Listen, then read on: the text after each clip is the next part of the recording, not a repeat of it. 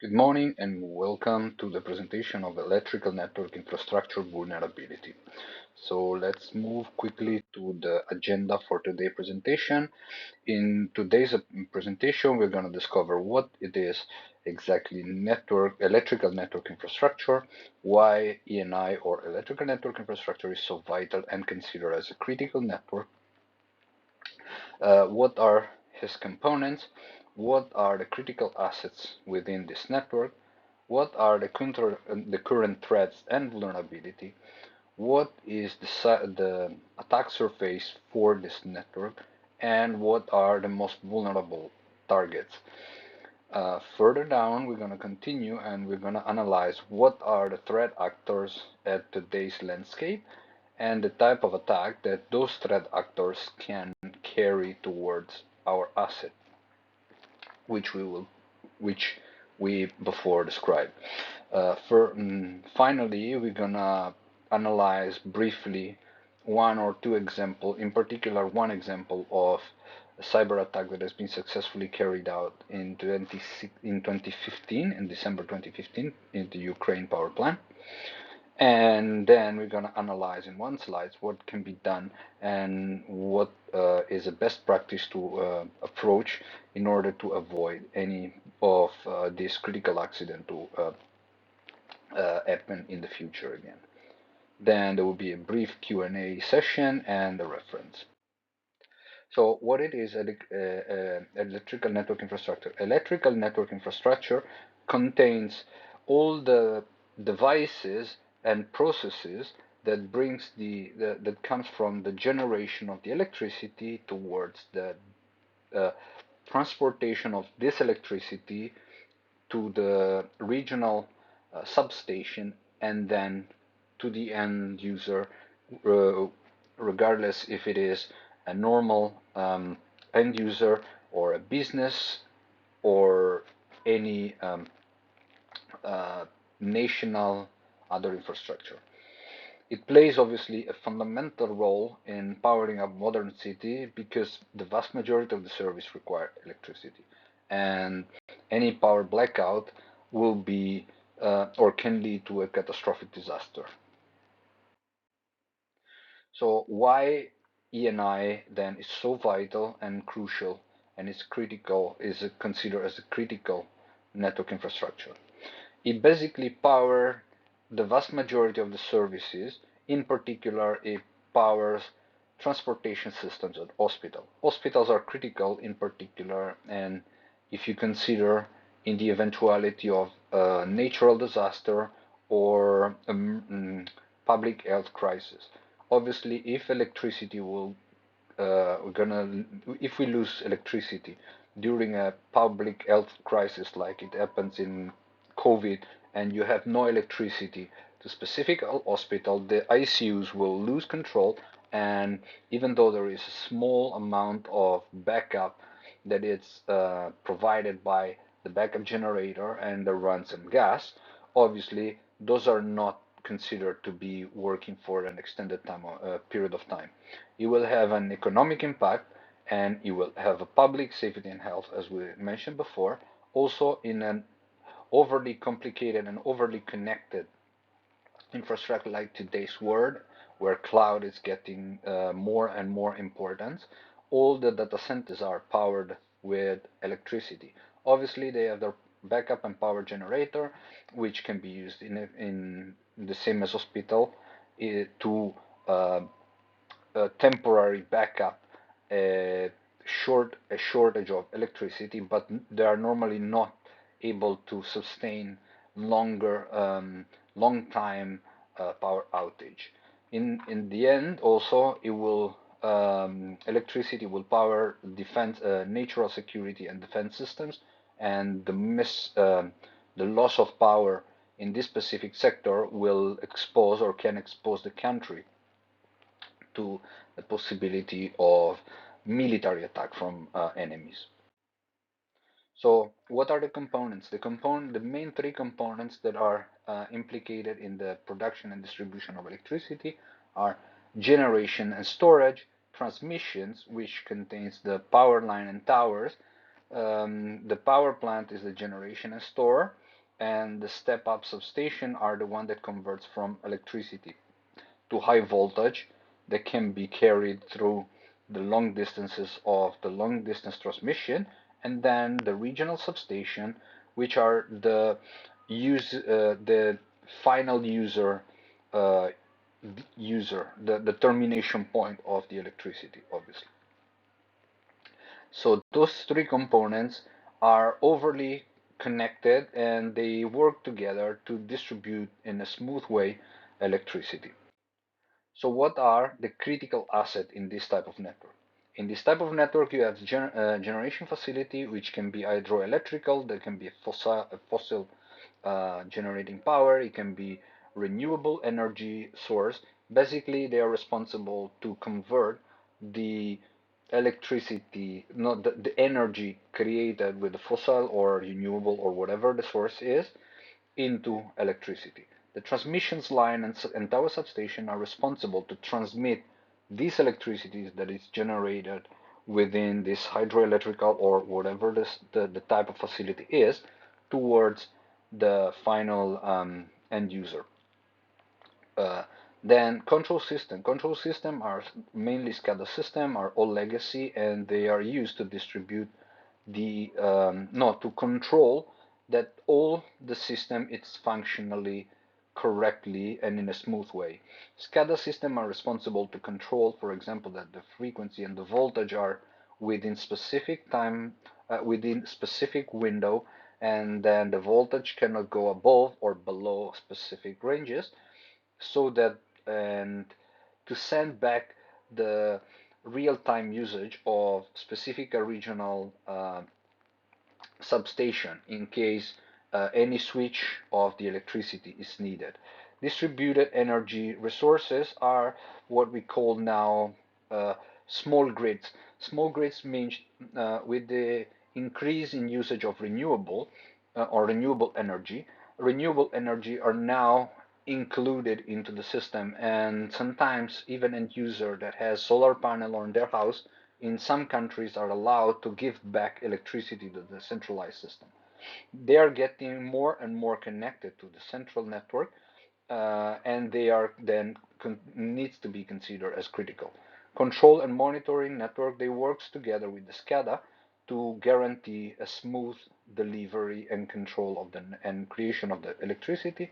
Smart meters and grid sensor, they work together with number 5 and number 3 to have uh, still a coordinated and more smooth distribution of the energy.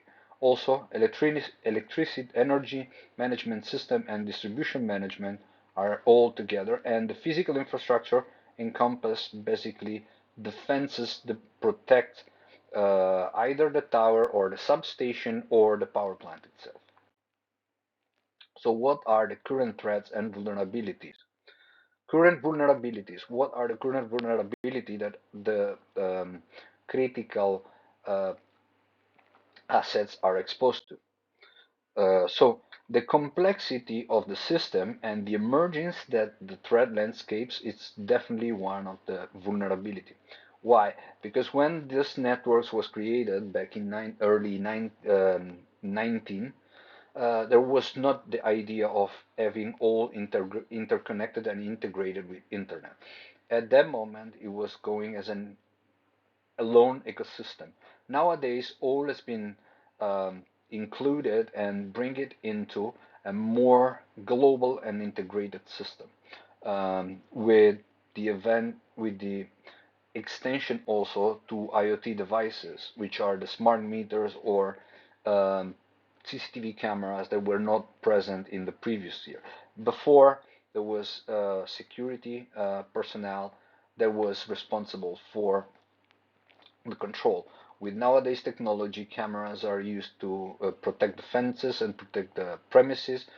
Smart meters are used to analyze the real world usage and the real-time usage. And also, one more vulnerability is the regulatory compliance challenges. Obviously, that requires to stick, every producer has to stick with their local uh, regulator compliances.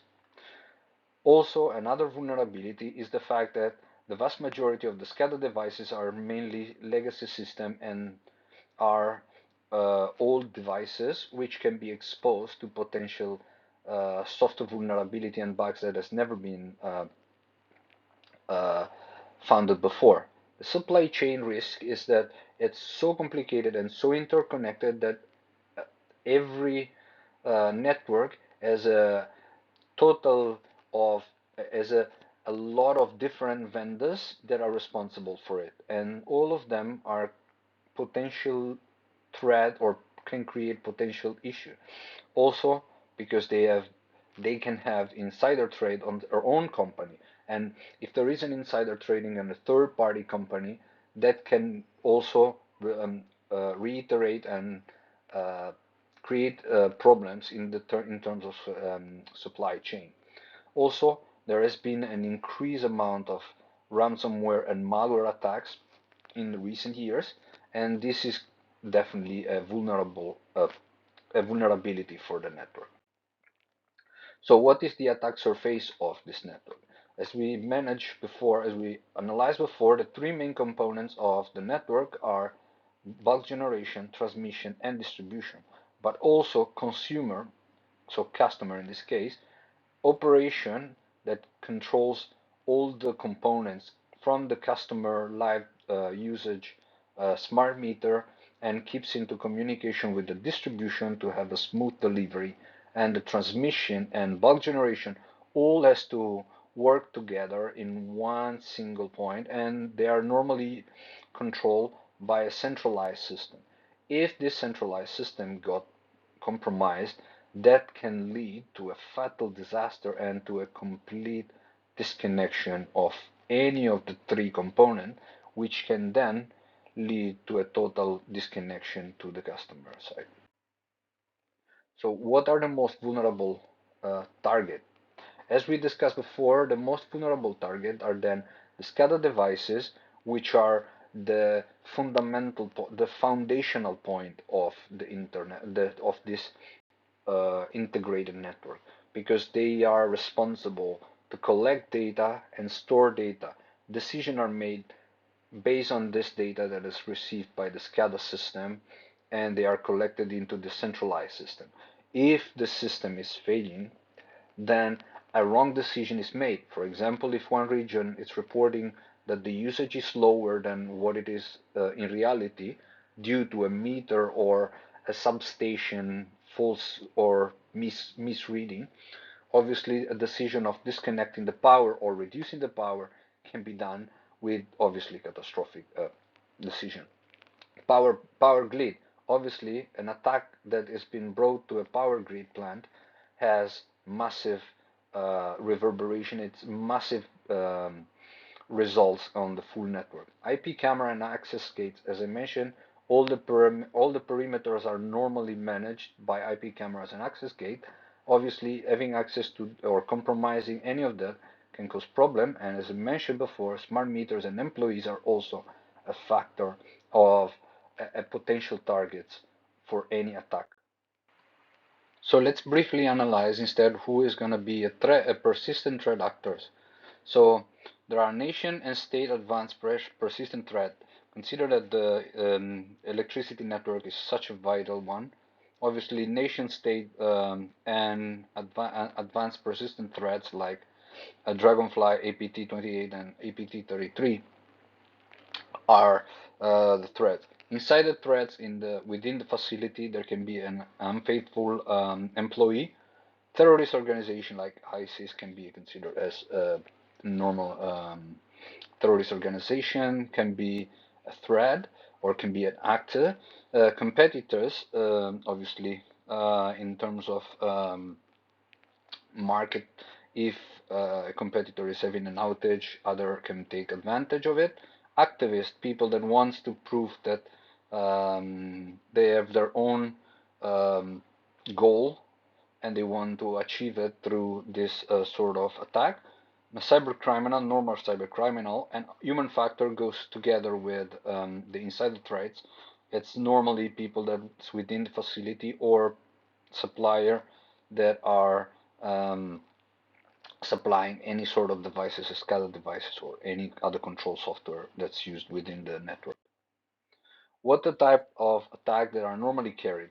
Normal attack that can be carried are ransomware, Trojan, worms, and keyloggers. Keyloggers are used to collect useful information like credentials. Ransomware are usually used to encrypt all the data that's normally stored. If it's stored in an unencrypted way in the SCADA devices, they can attack and compromise all those data. Trojans are normally used to scan the network. Once they are inside, they try to do lateral movement or privilege escalation what they attacked already. Phishing and social engineering. This was the based on the forensic analysis that I read about Ukraine attack.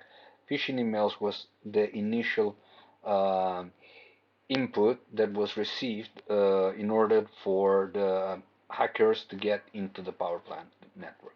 Denial of service or distributed denial of service, they tend to uh, compromise the service on mainly the SCADA devices so that they can either um, report malfunction or they are not reporting correctly reading. Therefore, the full management is compromised.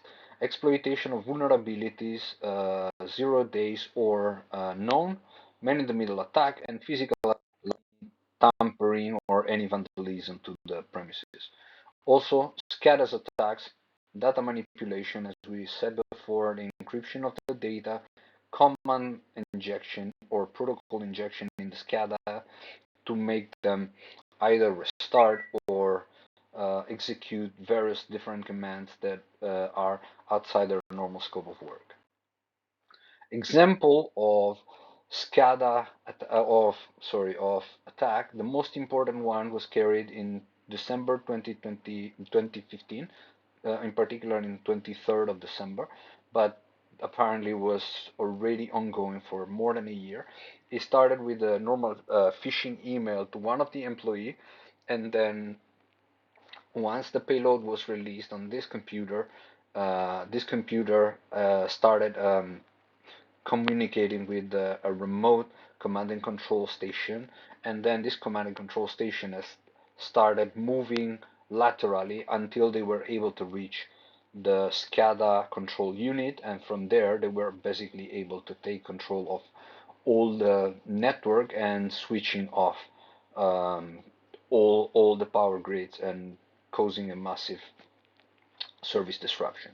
Dragonfly, it's technically not considered a cyber attack in it.